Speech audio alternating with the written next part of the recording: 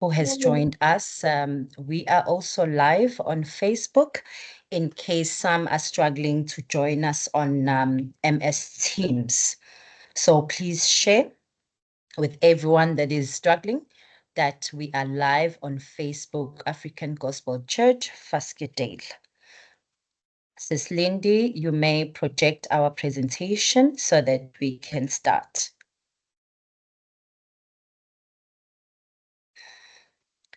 Thank you so much, Sis Lindy. So today we are going to be talking about the future world of work. What does it look like? How do we prepare ourselves for the future world of work? Can we proceed to slide number 2? Thank you. So tonight's biggest question, Bazalwane, is that are we ready for the future world of work? The youth in the districts, in the circuits, in the branches ready for the future world of work? Because the world of work is now moving to digital ecosystems. What this means is that the world is going digital now. So in order for us to succeed in this new era of work, we must understand how the digital systems work.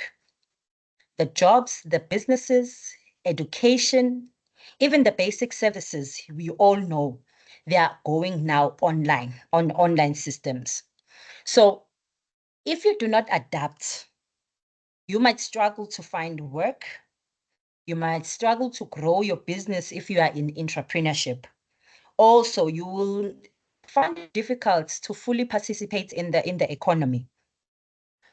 So, thina singabazalwane, we are grounded in scripture, right?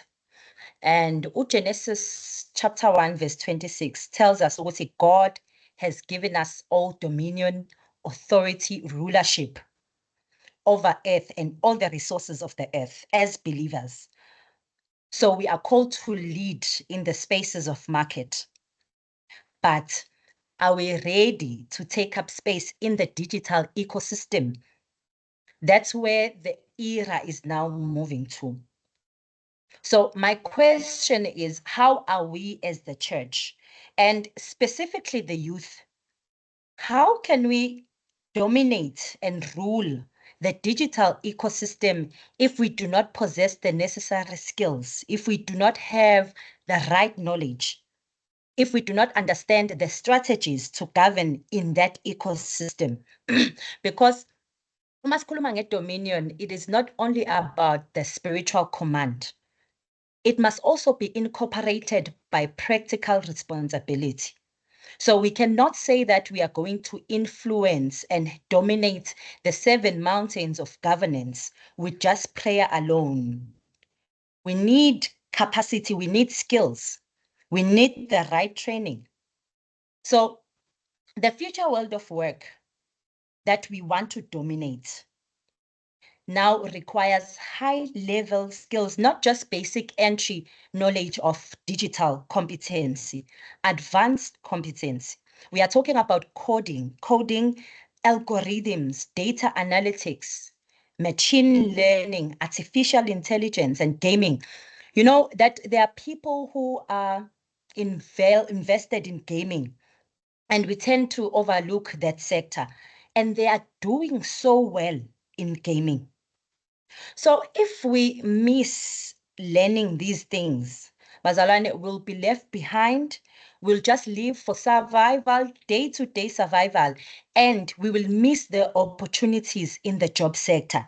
Bese sithi usathane usiphuca imisebenzi kanti we are not preparing ourselves for the work, the future world of work.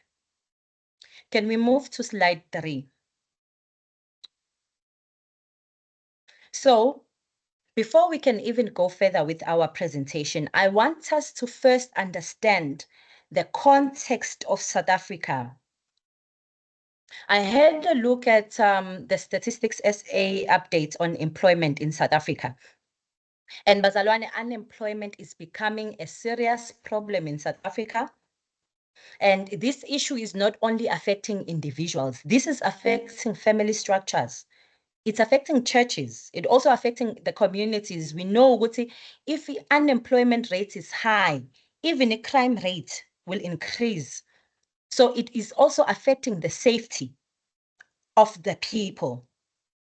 And we cannot shy away from the fact that even the youth in our districts are affected by this dilemma of unemployment. And what worries me the most about this is that every year we celebrate that universities are releasing graduates, high numbers of graduates into the job market. But yet the job market is saturated. There's simply just no space in the job market. And as the church, we cannot turn a blind eye and pretend as if we are not seeing this ticking bomb. Because it is also affecting our youth.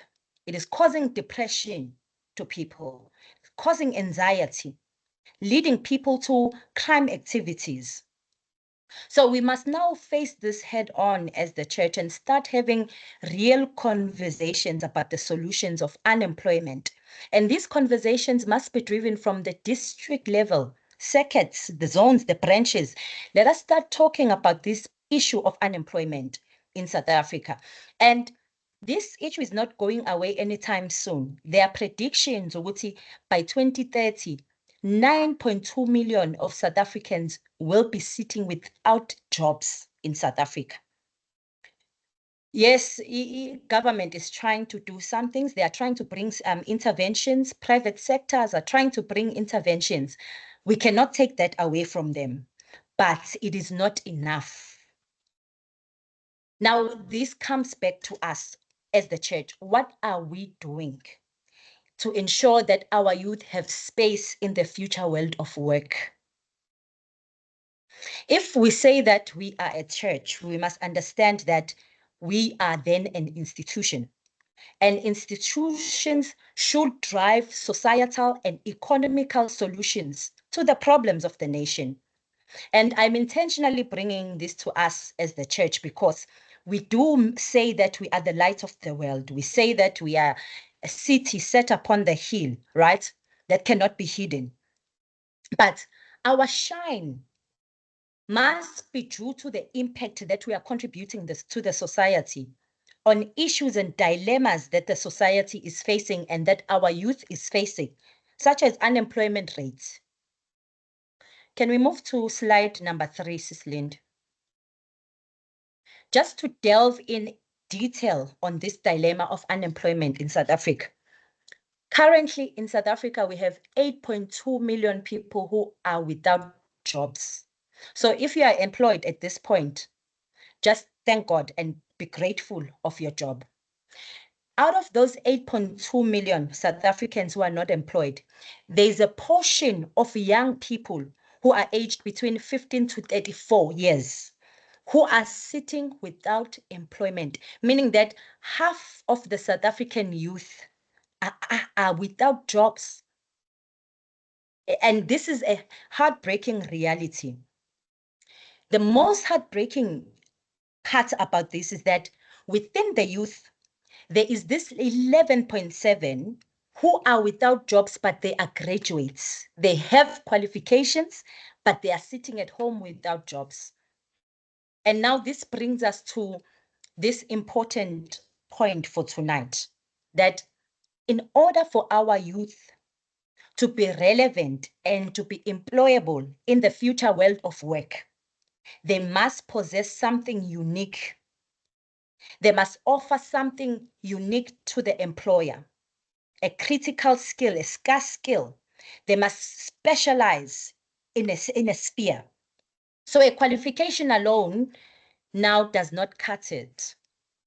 You will not get an opportunity in the employment sector if only you are possessing a qualification. Your qualification must be accompanied by a particular skill that fits into the technological ecosystem that we are moving into. Yesterday, we spoke at length about the skills that are demanded in the workspace. So I hope you did take notes and you will be able to access and go to those platforms to get help. Can we move to slide number 4, Sis Lind? So today we just want to draw you into this important report that was released by the World Economic Forum in January. So this report paints a beautiful picture about how the world of work is evolving and how it is going to change in the next 10 years. Many organizations are already aligning themselves with the insights of this report. And I highly encourage us as individuals and as churches to please engage this report that we are exposing you to tonight. Yes, it's a long report, it's 29 pages report, but it is a wake-up call for individuals, for churches, for the youth. So this report is based on a global survey that was conducted in over 1,000 companies in 55 countries. And it provides insight and data from 14 million workers and employers. So this report is not just speculations, but they are providing real data about what jobs are still going to be relevant in the next 5 to 10 years and which jobs will be phasing out. They are also highlighting in this report what skills are required by the employers. And most importantly, they are highlighting on the report how the organizations are already planning to upskill their workers. Slide number 5. According to this report, by 2030, note this, by 2030, 92 million jobs will not be in existence. They will phase out, they will disappear. 92 million jobs completely phased out. Meaning that if Unobuti, who's currently in grade 9, or your sister who's in grade 9 now, chances are that by the time they complete their first higher education degree, many of the jobs or careers that are existing today will not be relevant by that time. So that is how the world is evolving quickly and changing drastically. Maybe you might ask, Uguti, our university is not ensuring that our programs are relevant in. The universities we are working hard to ensuring that the programs are still relevant. But now the truth is, restructuring and reviewing a program takes time. It's a long process that involves national policies, curriculum review, quality councils. So it's a long train that doesn't turn quickly. So you must stay ahead of the system so that you are not left behind. But now here's another truth that is highlighted by this report, that 78 million new jobs will be created in the future. In the next 5 to 10 years, there's going to be a new jobs, 78 million new jobs that will arise. 92 million jobs will phase out. But the people who are going to qualify for these new jobs are people with the right skills, not only people who possess a qualification. Qualification alone will not suffice. People with the right skill that is relevant in the digital ecosystem. We did mention yesterday that skill now is going to be the currency of the future world of work. Slide number 6. Well, it is important for us to now understand this.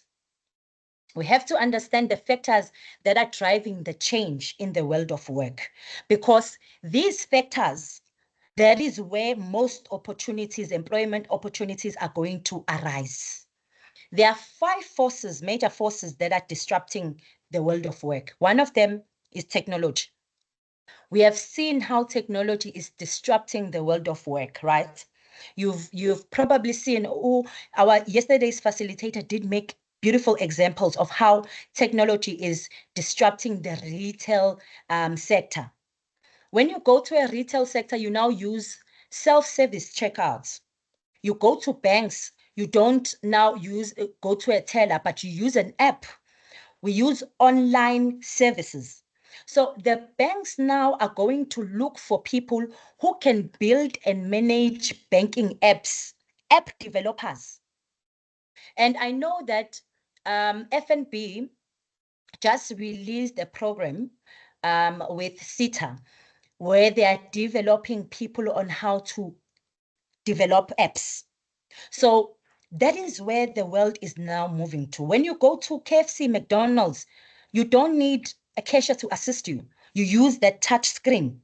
So people who are going to be needed in that sector are people who are going to design customer-friendly user interfaces, right? Abantu abadrivayo, they do know ukuthi now when you are passing by the toll gates, you do not need an operator anymore. There's a scanner that you can just use. So people who are going to be needed in that space now are people for data analytics and billing analytics. So if you are interested in pursuing maybe a career in retail, I know most graduates normally pursue retail, but a basic qualification in retail will no longer be enough to secure you a job in the future world of work.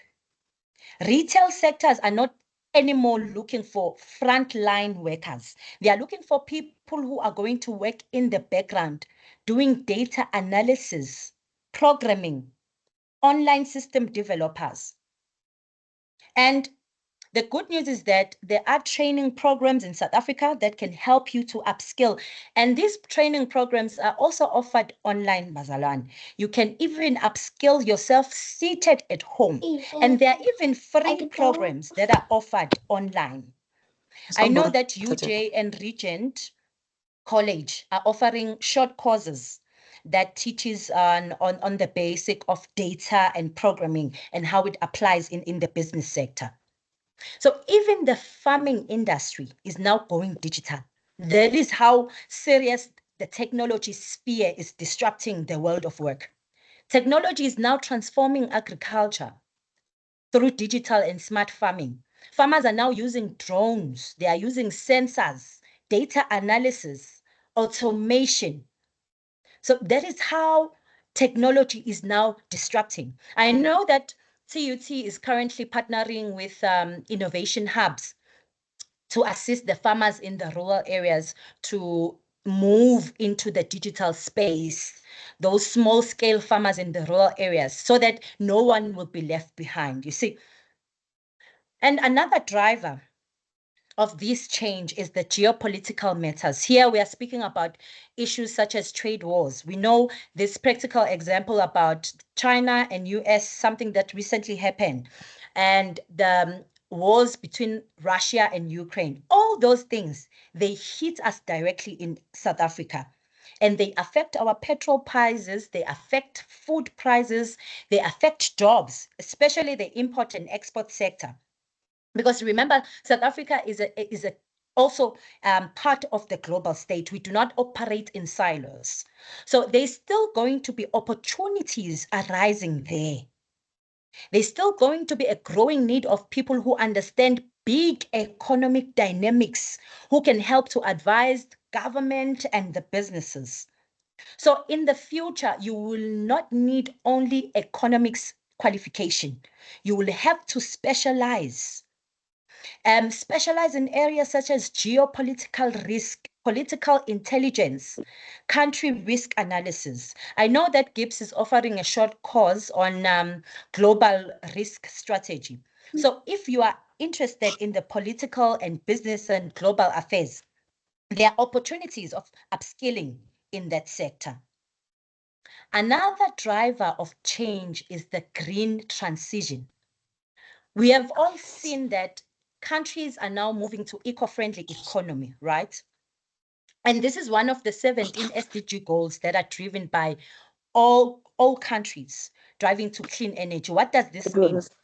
Jobs in the coal sector are now going to phase out, and there's going to be an introduction of clean energy.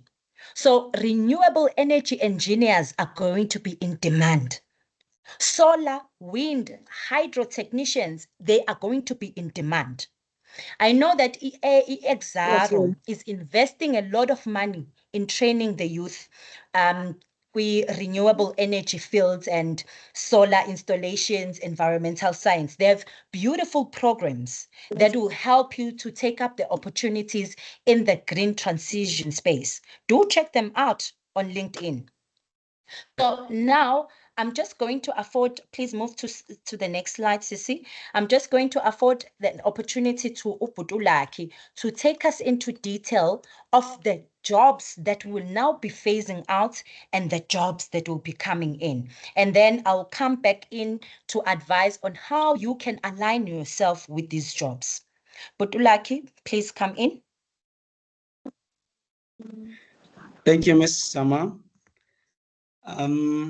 As it has been indicated, I'll be taking you through the largest growing jobs as well as the largest declining jobs. I'll be also touching on the fastest growing jobs as well as declining jobs. And looking on also what has been covered and be touched on by Usus Sama. Budulaki, can you hear me? That some jobs will be no longer relevant in the future. However, they'll still be there. They'll still be there with a set of new skills. We'll go on, cover the top 10 rapid growing skills, and we'll close on, I will end on upskilling and reskilling. Now that we've had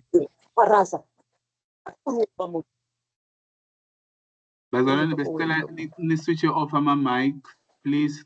Switch off my mics, please. If you're joining late, please make sure that your mic is off. There's some disruption at the back. Somebody speaking with the kids at the background. Please. Sorry, Budulaki, you can continue. Thank you, Chairperson. Now we've just had Sama mentioning the jobs that are phasing out, the jobs that are coming in. Now we are zooming into what exactly are these jobs that she's been referring to. Flighted on the slide, it is the largest growing and declining jobs by 2030. She's been mentioning that there was a survey conducted, and the results of the survey conducted by World Economic Forum has their results, which we are flighting now. If you look at the top largest growing jobs in green, the first one, or the one that is topping the list, it's farm workers, laborers, and other agricultural workers. Then one would ask, why is that being rated as the first one? And mind you, this is the first, is topping the list of the largest growing jobs. More than that, there is 35 more million jobs that are expected by 2030. And there are underlying factors or pushing factors to that. She just touched on the issue of green transactions. That is one factor. There's so much effort that has been put towards the climate change, the reduction of emission.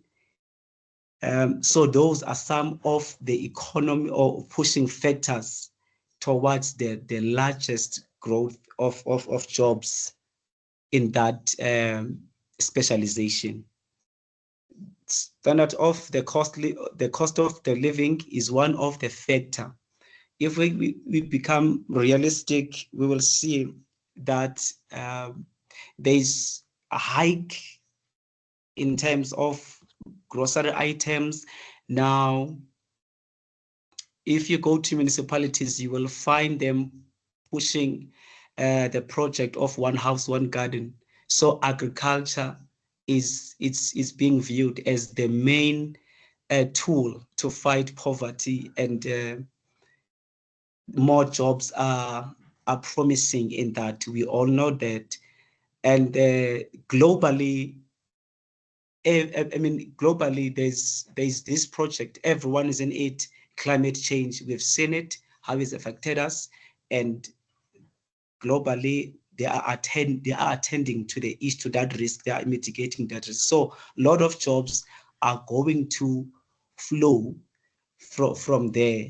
You go again to municipalities, you'll find them reviving the parks along road. I mean, sidewalks. They are greening. There is greening project. We've seen a lot of people being employed by EPWP programs. So it is evident that it is topping the list of the fast growing jobs. Yes.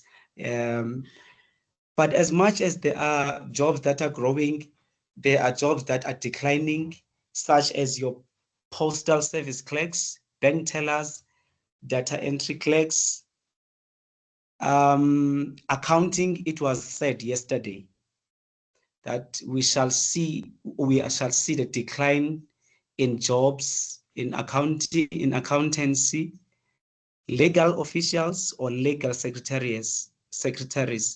Those are some of the jobs that are going to decline in the next 5 years. However, there is also a rapid growth that is expected from jobs such as big data specialists. There's one, the second last, DevOps engineers. Now there's new thing, which Uludwe is now, it's no longer just an IT, it's an engineer, but an IT engineer. So there is going to be a rapid growth in that area. Renewable energies, it has been touched on. So in essence of time, let me not repeat because Sama has mentioned that. Can we move to the next slides? Now that we have seen the largest jobs that are going to be experienced in the next 5 years, we also seen the rapid growing and the rapid declining jobs. We now pause and say, now that new 92 million jobs will no longer be relevant, what does that mean? Now we zoom to this one to say, some of these jobs are not going out totally, but they are just transforming. We just picked 5 jobs to see how is the change and what new skills are going to be needed in those jobs. First one is education, the teachers. We all have experienced during COVID and post-COVID, we experienced new thing to attend classes at our homes. We saw the change in the way which we're being taught. Now the classroom are going to be tech savvy. There's automation of routine tasks for teachers. So these are all changes that have come about as advancement of technology and the AI. Then the new skills now for our teachers between now to 2030. A teacher needs to possess an online teaching skill. It is a must.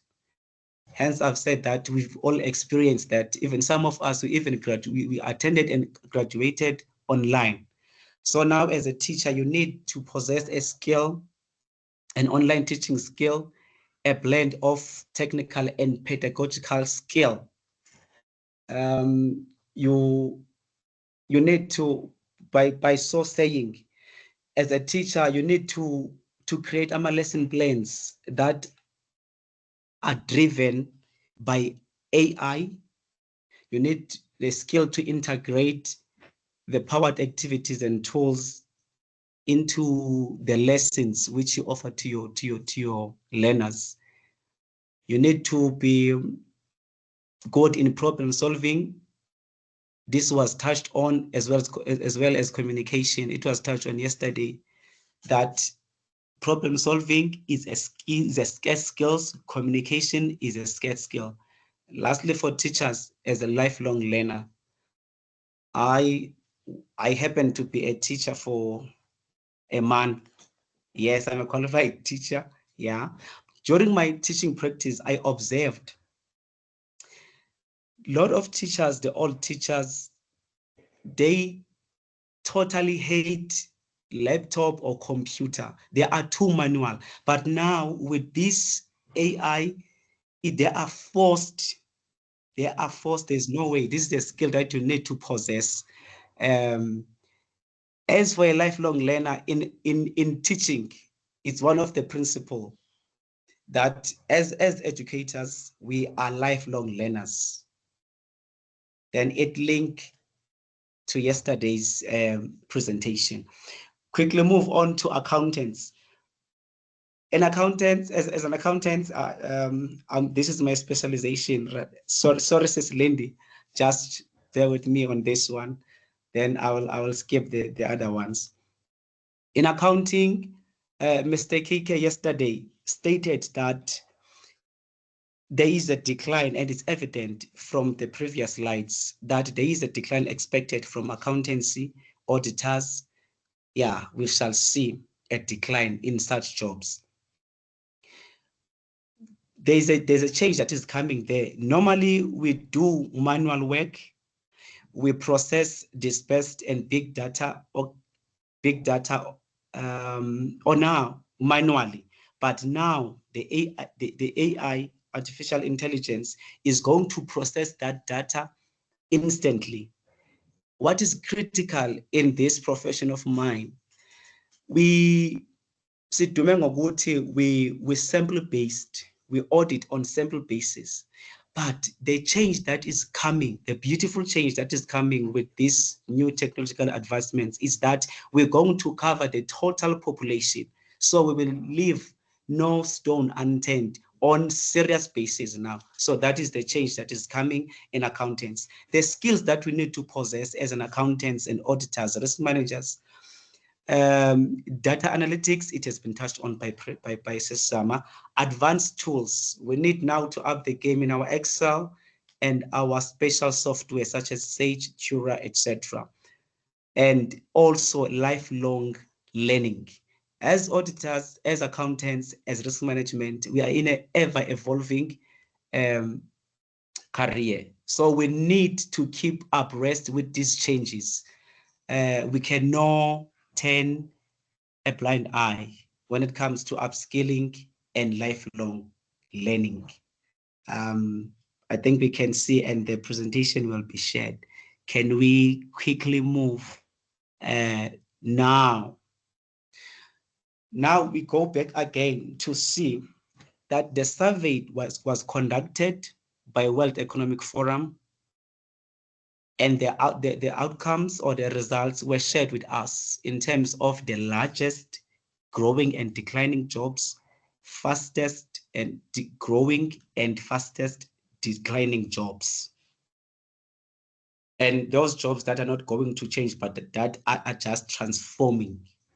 Now, in the process of transforming, the new skills are required to be competitive. Now we're looking at the top 10 fast growing skills by 2030. They are flighted on the screen. The topping one is artificial intelligence and big data. We talk of critical thinking, leadership and social influence, talent management. Yesterday, yesterday's presenter had a cry when it comes to creative thinking. He highlighted that in the interview, they are looking for someone, but they cannot find someone who can creatively think. So it's a skill. He classified it as a scarce skill. But now I'm saying this is the fastest growing skill by 2020. So if one needs to be competed or to compete by 2030, you need to possess these skills according to your specialization. The World Economic Forum says that there will be a disruption in terms of skills. And it further says 39% of workers' core skills will change by 2030. And this now poses a challenge. What do we do then that there's a set of new skills that is needed by this current economy? And by no way that we shall escape that. So we need to take or develop mitigating factors to mitigate the risk at hand. So that the first step or the crucial step to take is to upskill and reskill. So to mitigate this risk, we need to take an action, which is upskilling or reskilling. Then upskilling, it's a process now. It was touched on yesterday. It's a process of enhancing your skill so that you find balance between technical and soft skill.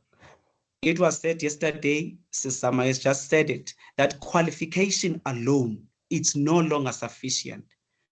So now diversification or specialization or upskilling, it becomes crucial. I will just talk from experience.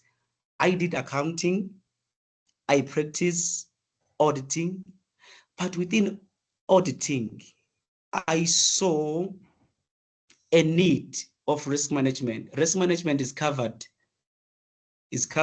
in auditing. In our curriculum, we covered that. But then for me to be competitive, because I saw an opportunity that now risk management, iyangenisa. By the way, yesterday it was highlighted as one of the scarce skill: compliance, risk management. Those are skills that are needed. So I took an initiative to go and do a postgrad in risk management. Why so? To become competitive. We were urged yesterday that let us upskill, sometimes you don't need to reskill, because the reskilling is the process of shifting away from your specializations, that a new skill that will work for you. But now the action that I'm urging us as HC youth to take is to upskill in the field where we are. But if we see, based on the research now that we've seen the results that are presented in front of us, if you see it's possible for you to reskill. I worked for public government sector. I saw it fit for me to know public finance. I never studied public finance, but now in my practice, there is public finance, there is policy development, I had to reskill so that I can be competitive. I can speak the language of the business. So I would say again, raise the question that has been said yesterday. Are we ready for the future? Do we possess the skills that are needed? Yesterday, the presenter stated a hard truth that not all of the skills, not all of us are needed by the current economic, meaning that we may have these qualifications, but the fact of the matter is some of these qualifications are not relevant in the current economy. They are relevant, but currently, and looking now from the presented facts, you can gauge, are you relevant with the qualification that we have? Are you satisfied? Are you going to make it in the future? If you're just sitting, you're not upskilling or reskilling, are you going to be relevant, or you will become absolute and say you won't grow? Because one of the critical aspects with upskilling and reskilling, it makes you to be competitive, it makes you to be productive, as well as it enhances your performance. So skilling and reskilling is the major tool to mitigate risk that is coming with this new technological advancement, as well as artificial intelligence. I thank you. I've covered this. I take back to Sis Zam. Thank you.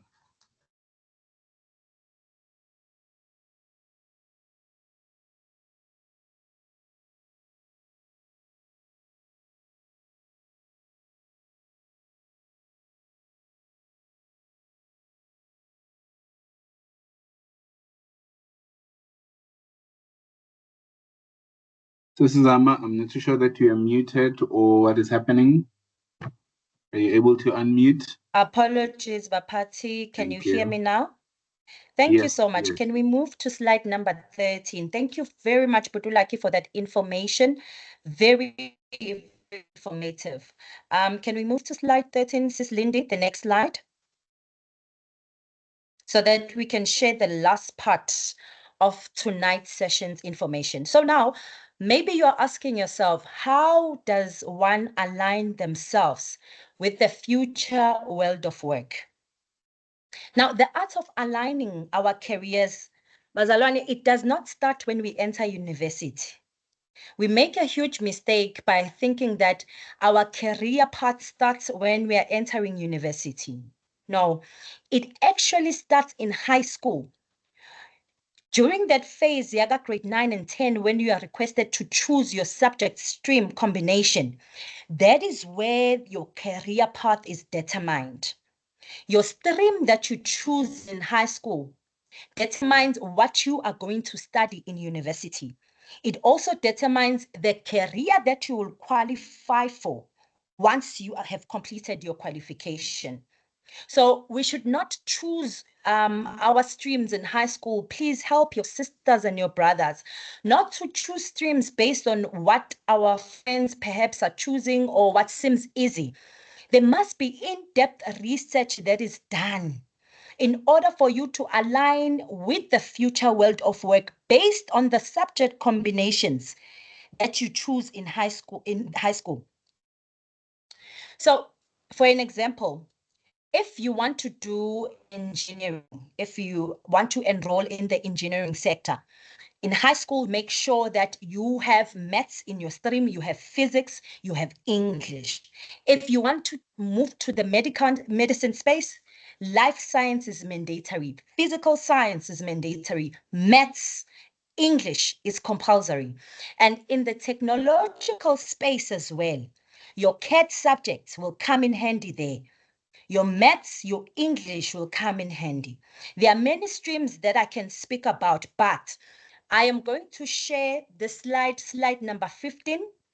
Sisi, we are going to share this slide number 15, that now aligns or will help you to guide Uti, what are the jobs that will be in demand from in the next coming 5 to 10 years. The next slide says, for an example, it specifies the jobs there that are in demand. Thank you. And then it also lists the high school subjects that are in demand for that particular stream of work. It also gives you a picture on the APS score. The high school students understand this one. APS score that is required for you to qualify for that career in the university. That table will also explain to you the list of programs that you can study in university in order for you to carry out or to follow the new set of jobs. And also it will give you examples of where you can enroll for these programs. Because of time, I will not delve much into this table, but we are going to provide and share this presentation with you so that you can just be able to align your future world of work and your subject stream from high school and the programs that you're choosing in university and the APS score that is required in order for you to qualify for that program. Slide number 16.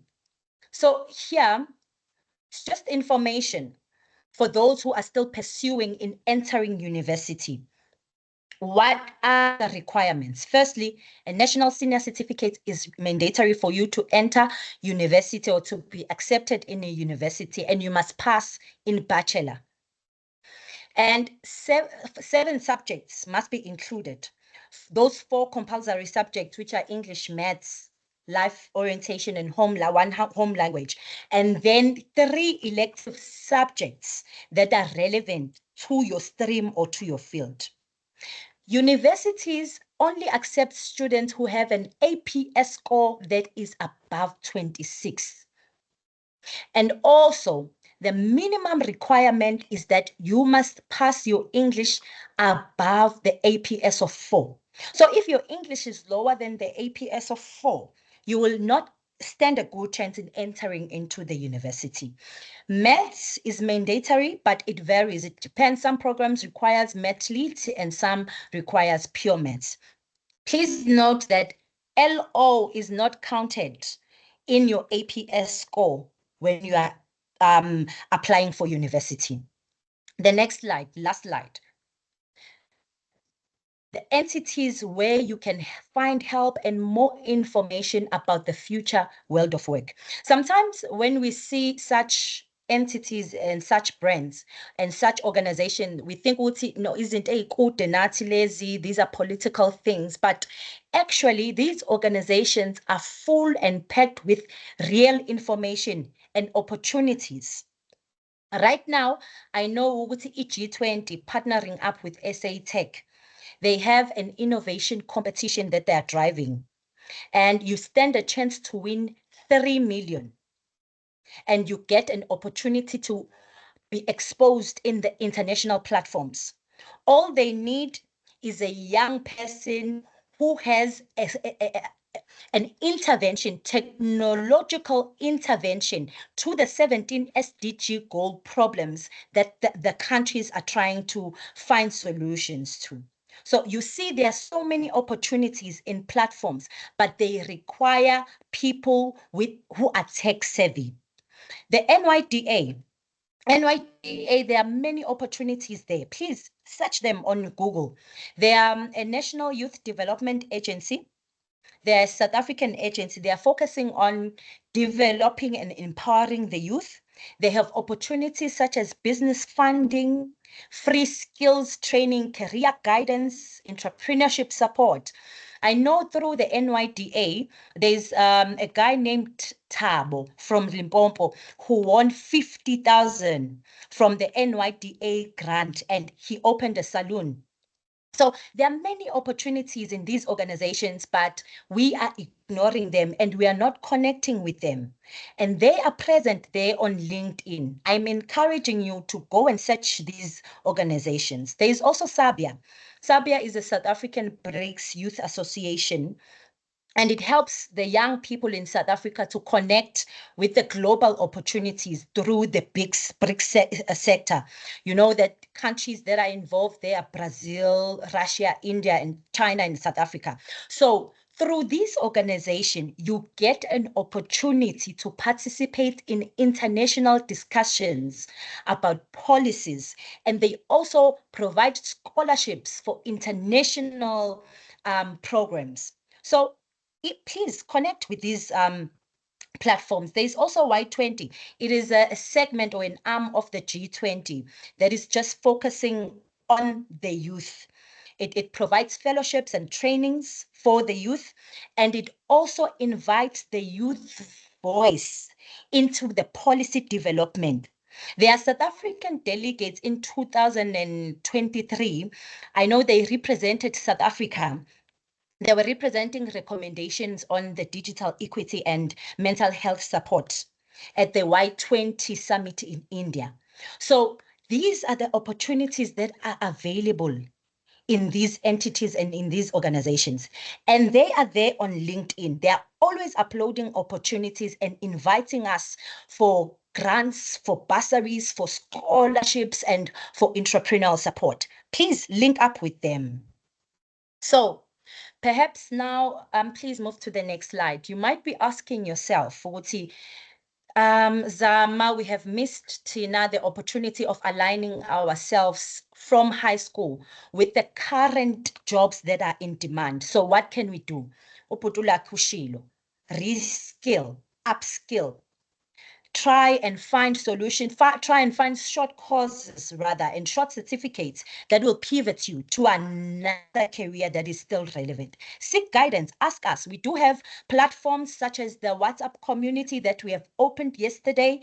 Join us there and ask questions so that we can help you to align you to the relevant careers. And also be open-minded. Allow yourself to be teachable and allow yourself to learn, unlearn, and relearn, upskill. So with that being said, Bapati, thank you so much. Those are the jobs that are now going to be in demand. And my question is that, are we ready as the church? Are we ready as to propel our youth to these new jobs that are now upcoming into the technological ecosystem? Thank you so much, Butkulegani. Over to you. Are there any questions? Perhaps you can take them. Thank you so much, Mangwane. Thank you to yourself and Buti Ulaki for great indulgence on this. The nicest thing about it is that I'm seeing the spread, as we started yesterday and today, that we are able to touch kids from the high school until they are out, and people who are already in the industry, what they can do to actually improve themselves in the near future for better jobs and better their lives. I see Uzipho Ntuli. I do apologize if Zipho, if you are able to unmute. Vanda, can you assist? Yes. Ngenibingelele. Siyabonga kakhulu the platform and the knowledge that we've been granted. Kwandile. So my question today is basically coming from a lazy perspective, or from a person who's lazy. Got to see my courses which were suggested, such as cybersecurity, DevOps, and many more, and the others like digital marketing. But to think those courses are online courses, and to collaborate the issue, it's not really an issue, but in able to collaborate on my online courses and being able to finance them, or to collaborate the session Yaizolo with the session of today. How do we go about financing those courses and ensuring that we do go through them? I don't know if you do get me. Yes, I got it. Yeah. I got it in time. Thank you. Mrs. Zama or Butlaki, do you want to respond before I add? Thank you very much, Butkulegani. I think there were so many opportunities that were presented yesterday that will assist you in funding SETAs that are available to help you. I know FNB as well is rolling out programs that you don't even have to pay. You just check for them on LinkedIn. They're always advertising and taking in people who want to upskill themselves, especially they are now training people to develop apps. FNB has that program. I know some AGC youth are enrolled in that program. So to get these opportunities, go to the right platforms such as LinkedIn. We have also presented now these organizations such as Sabia, NYDA. They are always packed with funding opportunities, but asbanaki, even on TikTok, where we spend most of our time, there are so many opportunities that are presented there. Just check for the right knowledge there. Butukulegani, you also presented some funding opportunities and bursaries from SETA. Perhaps you can elaborate on that one. Please go check NYDA, go and check Sabia, go check Y20. I know there are many opportunities that they've advertised on LinkedIn, even on TikTok. Thank you, Sasama. I see even Ngosnati Mkize is saying that he's part of the program as well. Mpemba, there's a lot of companies right now that are doing cybersecurity for free. At FASET, we do have what we call lifelong learning program. It's usually packed the data analyst program. It has the cybersecurity. It has the Python. It has all the AI programs, but we normally do them in packs. So it's either Microsoft, because we normally, in partnership with the bigger, tech organization that are going to, offer those services, with a short space of time and be able to receive a certificate after the program. So many companies, as Uzama is saying, that they are actually enrolling a lot. So you will have to, go an extra mile. We will try on our side to advertise on the page, and then we send it via the platform, the WhatsApp platform. But as I'm saying that, many companies, including Amazon here in Cape Town, they are actually having the program that is actually doing all the packs that are around AI, because they know that right now they are looking for people that are going to have those skills and the people that are actually getting ready for the future in the AI space. Before I give Babu Nati Mdlalose, Unati M, I saw a question coming from Ubaba Ungobo, asking that I have asked how to ensure that this great initiative is not dying, but filters down to each and every lower level of our church youth, but not only filtered down as information, but put this into practice.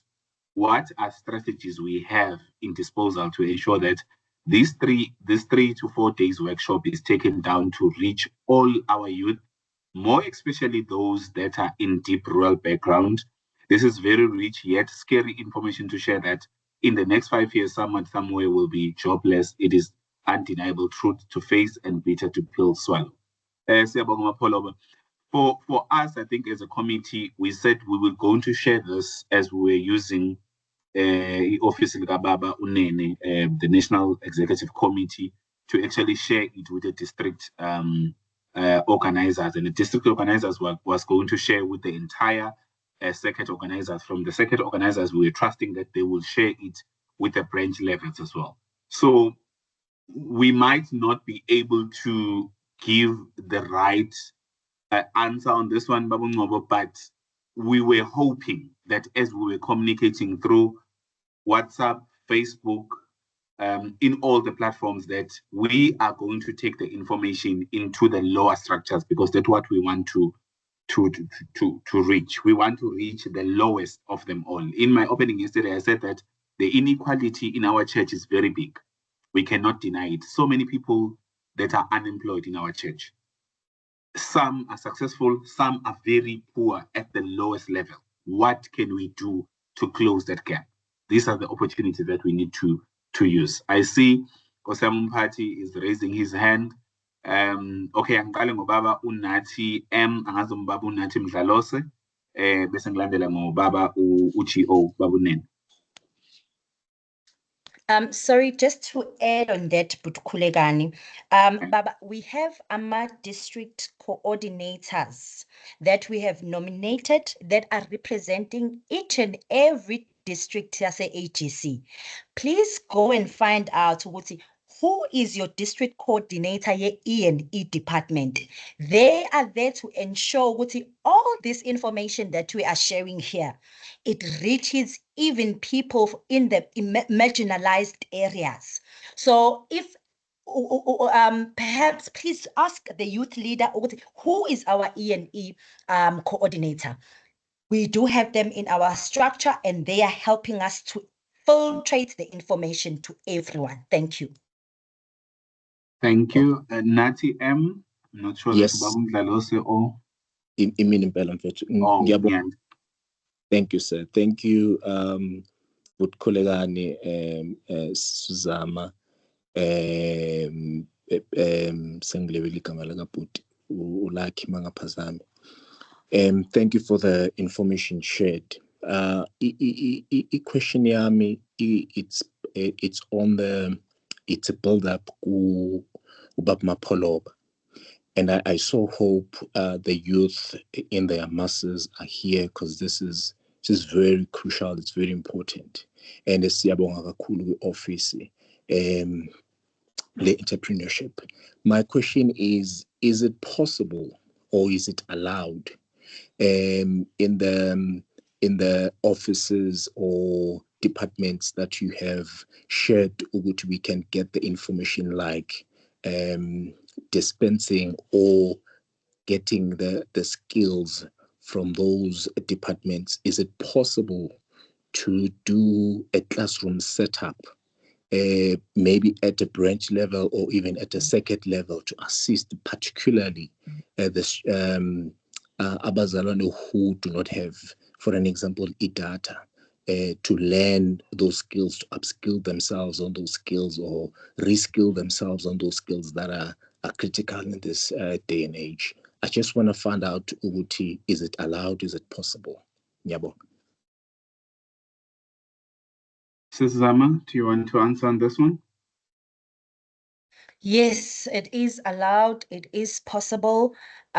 Please just develop any strategy possible to ensure in the branches, circuits, districts that youth are empowered as it pertains to education and entrepreneurship.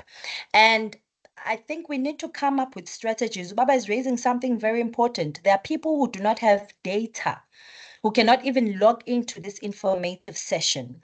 And we need to come up with strategies of funding those people and ensuring that they have the right gadgets in order for them to join these class sessions. So, Baba, it is possible. We just need to think of the strategies at the church. So let us not only think of the church as a place of fellowship alone. Let us think about the church as an incubation hub, as a place that makes a human being who is spiritually grounded and also upskilled and well-grounded and relevant for the future world of work.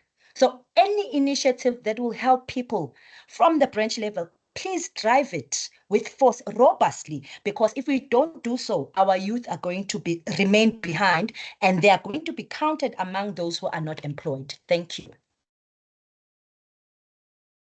Thank you, Sis Zama. Ngibone uchi obe phakamise isandla. Stenjwa, ngikunikeza platform. I saw your hand up. Ngiyabonga Mkhathini, and thank you very much to Lucky, and thank you very much to Uzama for today's presentation. Indeed, it is informative as it was yesterday, actually flowing from Sunday all the way to today and going forward. But I think Uzama did address the question that was raised, which I thought maybe I should chip in and emphasize that, look, colleagues, this is a national platform. Because it is a national platform, things are happening at a certain level, but means of this nature, where we are utilizing this tool, like this platform, to disseminate the information. When it was advertised for those days on which it was advertised, the idea was that each and every leader, from district organizers, especially because it was shared at that particular platform as well, they should give it to their the different community within the church, so that it can be spread. Actually, when we discussed it with SG, we actually said we should also ensure that we invite the leadership of the church, and they told me they did tune in yesterday, and also the leadership Sunday School, I'm told they did tune in as well, because we want this thing to be spread. So also, as I mentioned, that it is happening at national level, we are hoping that anybody who is here can go and set up the same platform. And then if they need assistance then from the EE team, your team, Zama, that you are leading, you know, then they can bring you in so that you can be able to capacitate them on these things, because these things must reach the lowest of the lowest. It must reach every corner of South Africa. We are faced with an unfamiliar times, and we need people with unfamiliar spirits, you know, to make sure that this thing changes the status quo. Our people, our young people, even old people, because this is not only for young people. It is also for old people, because Lucky has been talking about unskilling and reskilling. This is not necessarily for young people. It is also for old people, those who are still within employment. But those as well who may be even out of employment, they can take this information, utilize it to make sure that they capacitate people.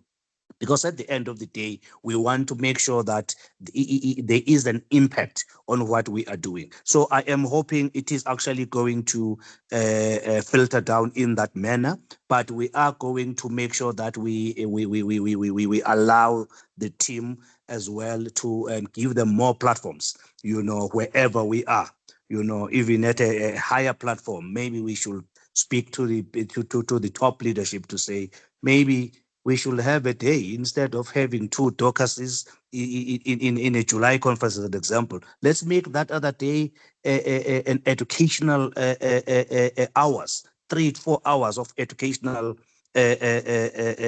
platforms, so that people can learn.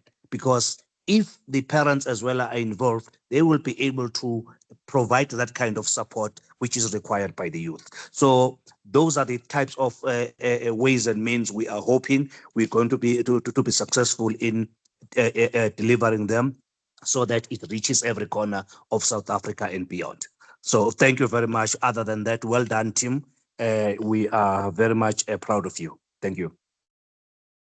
Thank you so much, Ndusi. Thank you for those encouraging words, and we are really hoping that the marching orders will go according to what we wish for our young people in the church. Thank you for the word of support. I saw Mam Keso as well commenting on the chat, saying that even Microsoft Visual Academy also offers the whole certificate around the IT. So thank you, Ma. I know that this is also your space as well. It doesn't really prune you, or you also do the dent around the space of IT. There was a question that was asked. I'm assuming Ubaba Umtimkul Babsanele Mvanafutu, I would like to know if the online job that requires a stock handling are in the opportunity, since there is a lot of posts that are created in South Africa. Yes, Bama. It's just that I forgot their professional body. They are between finance and accounting SETA and bank SETA. I will find the details around this one so that we can share it as well. Ms. Ngwane has shared the platform, the WhatsApp platform, where we want to say that please join there, because we will add those slides, as Babu Tembe is saying, that we are going to add them on the platform, the WhatsApp platform, so that we make sure that each and everybody in that question that Ubaba Ungobo Adeibuza, we want everybody to actually get this information, young and old. So siyabonga kakhulu. Thank you so much. I saw Nobaba, Nobala Wesifunda Sami, Western Gauteng, Baba Usokele, even yesterday as well. Siyabonga Baba for the word of support as well. We saw the chat, and is that I'm seeing young people and other people who are already on programs. They are actually sharing that information. This session is not about us who are presenting, but the session is all about us making the changes and changing the status quo for everybody in our church. So thank you so much, Bazalwane, Siyabonga kakhulu. We are going to meet tomorrow. Yesterday presentation is going to be added on the platform, and also we are hoping in all the platforms, Mr. Vanda is going to add them so that we are able to share them with other people who are not able to join. May I ask Baba Ungobo Asivalele Ngumthandazo as we are closing this session? Poloba, if you are able to open your mic wherever you are. Thank you so much, my former boss, Peter Cleophas. I can see you, sir. I was reporting to this guy, so he's still supporting me. Thank you, Mr. Cleophas. Babu Ngobo. Thank you, leadership. Father, in the name of Jesus, we thank you for time. Thank you, Lord. It's eye-opening information. Help us, oh God, to take it very serious as it was presented to us. In the name of Jesus Christ, give us wisdom and how to take it into practice. In Jesus, thank you for the leadership that is looking forward. In the name of Jesus, we thank you. Give you all the praise and honor and glory. In Jesus' name, amen. Siyabonga kakhulu bazalwane. Have a great night. Siyabonga. We'll meet tomorrow, 7 p.m. sharp. Thank you. Amen. Bingelela as well. I saw you, Mapodla. Thank you for our elders that are supporting us. Bavangeli Nabashumaili. I saw a lot of Abefundis as well. Thank you, thank you, thank you so much. We really appreciate it. Thank you. Well done, colleagues. God bless. Thanks, Bob.